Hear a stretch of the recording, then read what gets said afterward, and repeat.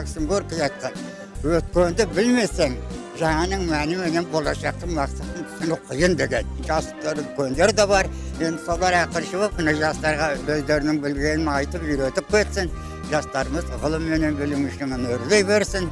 Қарттарымыз қабат көрпенің үстінде төрлей берсін. Всех поздравляю, всех желаю всем здоровья, счастья, удачи, семейного счастья. Я, например, семейный человек был, жил с бабушкой 70 лет, 90 похоронил. У меня, как говорится, 3 дочери, 4 внука, 7 правнуков и 3 праправнука. Первый правнук в этом году пойдет в школу, в 1 класс. Вот такая семья. Я хотел бы, чтобы все жили так, дружба, мирно.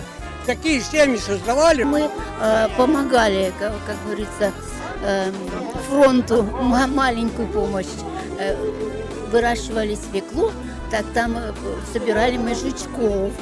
Потому что если не соберешь, то свеклы не будет. А раз свеклы не будет, то солдатам сахарка не получится. 42 жылы жұмыс істеген. Ағам соғысқа кетті.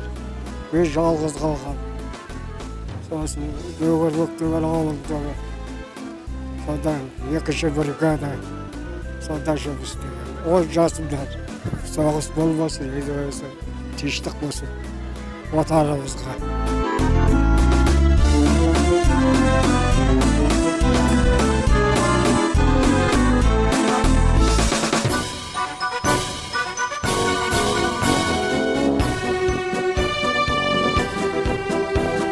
Дорогие североказахстанцы, уважаемые ветераны, от всей души, от всего сердца поздравляю вас с этим замечательным праздником. Желаю вам здоровья, живите долго-долго и радуйте тем, что вы нам принесли и нашим внукам мир на земле. Праздником всех! Здоровья, мира, добра, чтобы все люди всегда улыбались, друг друга уважали, чтобы не было войн на земле. Ну, не знаю, всего хорошего.